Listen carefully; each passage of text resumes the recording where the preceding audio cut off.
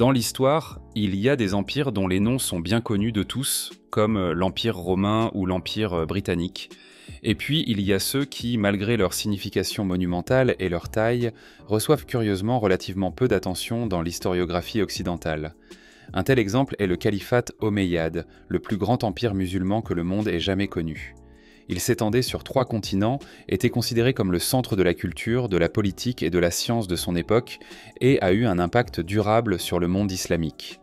Pourtant, malgré son énorme importance, il reste un chapitre méconnu de l'histoire pour beaucoup. Cet empire puissant qui est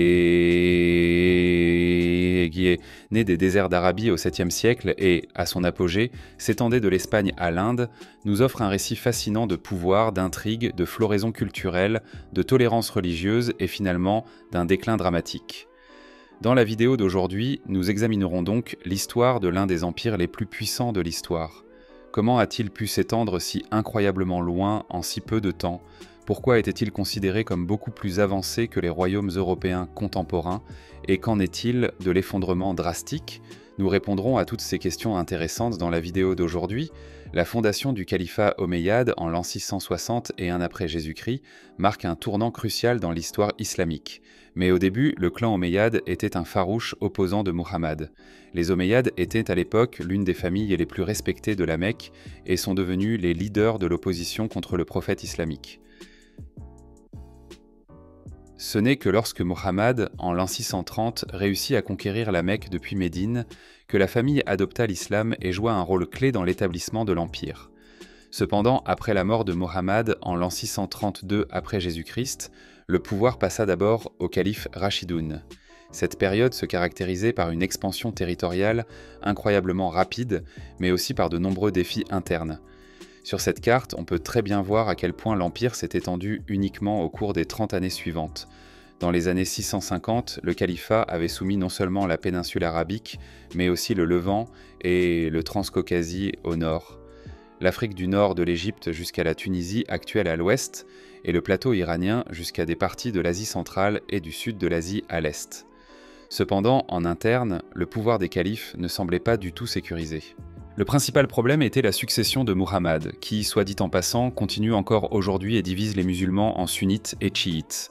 Les califes Rashidoun sont encore appelés par les sunnites les califes bien guidés, tandis que ce terme est rejeté par les chiites. C'est précisément cette lutte pour le pouvoir que les Omeyyades ont exploité. Muawiyah Ayé, le gouverneur de Syrie à l'époque et un membre du clan Omeyyade, revendiqua le califat après la mort du 4e calife Rashidoun. Cela a conduit à la première grande guerre civile de l'histoire islamique, connue sous le nom de Première Fitna. Le conflit se termina finalement par un accord reconnaissant Muawiyah comme calife, ouvrant ainsi la voie aux Omeyyades. Avec l'établissement des Omeyyades comme dynastie régnante, le centre du pouvoir islamique se déplaça de Médine à Damas. Le système de gouvernance changea également, passant d'un système plus égalitaire et communautaire à un système monarchique. Ce qui perdura néanmoins, c'était l'expansion constante. Un événement particulièrement remarquable fut l'avancée en Europe. Après la conquête de la majeure partie de l'Afrique du Nord, les armées omeyyades traversèrent l'Espagne. Là, ils réussirent à soumettre le royaume wisigothique sur la péninsule ibérique en un temps très court. Cette conquête mena à l'établissement d'Al-Andalus, un important centre de culture et de pouvoir islamique en Europe. Et après le succès en Espagne, ils continuèrent à avancer vers le nord. Ce n'est qu'en l'an 732, à la bataille de Poitiers, qu'ils furent arrêtés par les Francs sous Charles Martel. Mais même à l'est, l'empire continua de s'étendre. Après avoir pris le contrôle de grandes parties de l'Asie centrale, ils menèrent d'autres campagnes réussies dans le Pakistan actuel, certaines parties de l'Inde et profondément dans la région de l'Afghanistan actuel.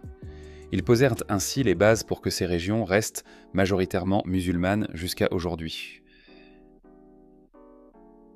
Ils développèrent également une puissante flotte navale, ce qui leur permit de dominer la Méditerranée et de mener des opérations militaires ainsi que commerciales.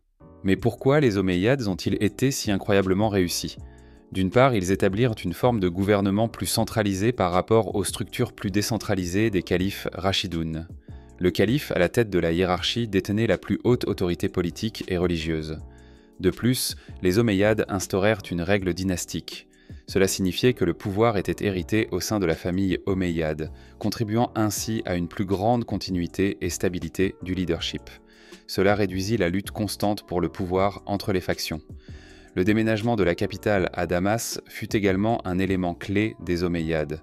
Cette étape symbolisait non seulement le transfert du pouvoir, mais rendait également le califat plus accessible aux régions riches et stratégiquement importantes du Moyen-Orient. De plus, ils développèrent un système fiscal sophistiqué qui finançait l'appareil d'État et les expansions militaires. Cela permit également de réaliser d'importants investissements dans les infrastructures pour faciliter la communication et l'administration sur de grandes distances. Un pas important pour contrôler les régions éloignées en Europe et en Inde. Un autre facteur fut l'introduction d'un système juridique avancé. Bien que la loi islamique, la charia, reste à la base, les Omeyyades introduisirent également des lois administratives et pénales qui renforçaient le contrôle et la régulation étatique. En outre, les Omeyyades pratiquaient une tolérance relativement élevée envers les populations non musulmanes, en particulier envers les soi-disant gens du livre, c'est-à-dire les chrétiens et les juifs. Il y avait une taxe spéciale pour les non-musulmans, mais dans l'ensemble, ils étaient autorisés à pratiquer leur foi paisiblement et même à avoir leurs propres dirigeants religieux. Cette politique conduisit souvent à une règle plus stable et à moins de résistance dans les territoires conquis. Ainsi, les Omeyyades étaient considérés comme beaucoup plus tolérants que la plupart des royaumes chrétiens de l'époque, qui développaient des punitions brutales pour les soi-disant païens. Ainsi, de nombreux territoires se rendirent aux Omeyyades sans combat. Les royaumes européens étaient également en phase de transition, marquée par de nombreuses luttes internes. Ainsi, en plus de petits royaumes, les Wisigoths et de grandes parties de l'Empire byzantin furent conquis. Seul l'Empire franc demeura comme un contrepoids significatif du côté chrétien. Cependant, l'Empire omeyyade n'était pas destiné à durer éternellement. Au milieu du 8e siècle, de plus en plus de problèmes apparurent. Une certaine décadence et un style de vie coûteux à la cour émergèrent, posant des défis économiques importants à la dynastie. Les opérations militaires coûteuses aux frontières aggravèrent encore la situation.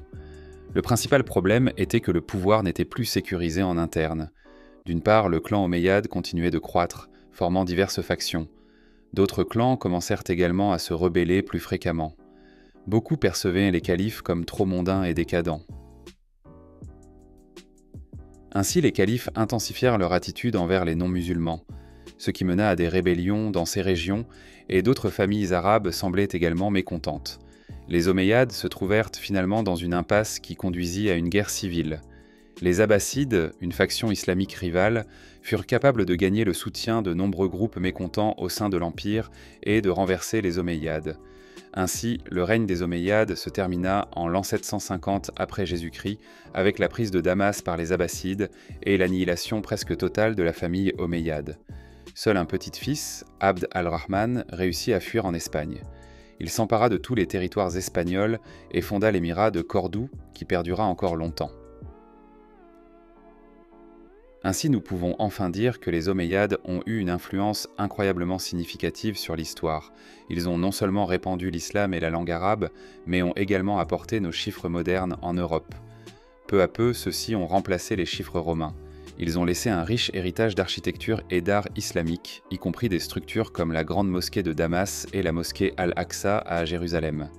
De plus, ils ont jeté les bases de l'âge d'or de l'islam sous les Abbassides, lorsque la science, l'économie et la culture ont prospéré. Sa science, l'économie et la théâtre.